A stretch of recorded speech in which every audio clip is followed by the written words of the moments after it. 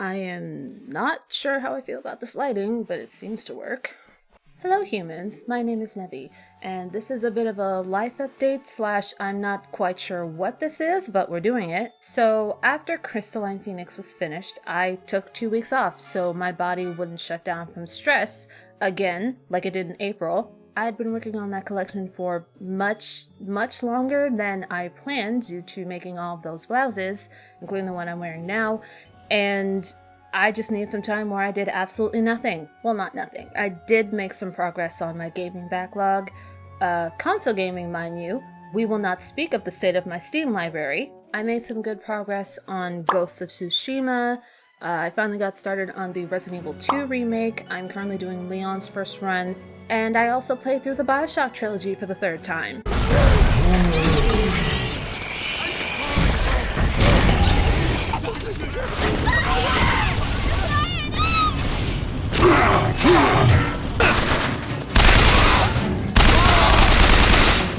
I'll crush you. So let's talk vintage fashion. I was never really into vintage fashion or that whole realm of vintage things until I played BioShock, specifically BioShock Infinite and its Burial at Sea DLC. Burial at Sea takes place in the main setting of the series, Rapture, before the 1959 New Year's Eve Civil War, which will never not be trippy to see. The fashions in both the main game and Burial at Sea struck me as very nice, very constructed, very well put together, and I got to researching fashion trends from when the BioShock games are set, mainly the early 1910s and the late 1950s. BioShock 2 was set in the late 60s, but that doesn't really matter in a desolate underwater city where time basically stopped on New Year's Day in 1960. That seems like a big gap, but this franchise has the most complicated story in video games. Don't ask me to explain right now. Before we go any further, I need you to know that BioShock is one of my favorite franchises of all time. These games are not games, they are masterpieces. Especially if you're like me and story is just as, if not a bit more important than gameplay. To this day, I keep finding new things about the story, environment, and characters that I overlooked before or just straight up never found. It's great.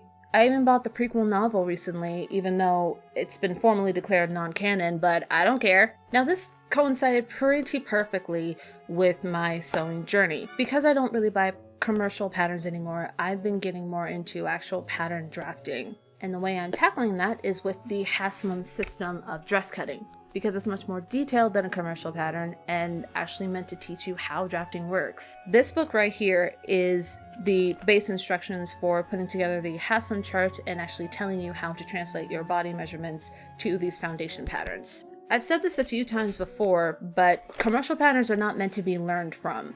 They're just templates, because back when commercial patterns were first being mass produced, sewing was a lot more common knowledge than it is now, at least the very basics. So most people already had the gist of what they were doing, as opposed to now where a lot of people, especially newbie sewers, just straight up skip instructions they don't understand, including me at one time.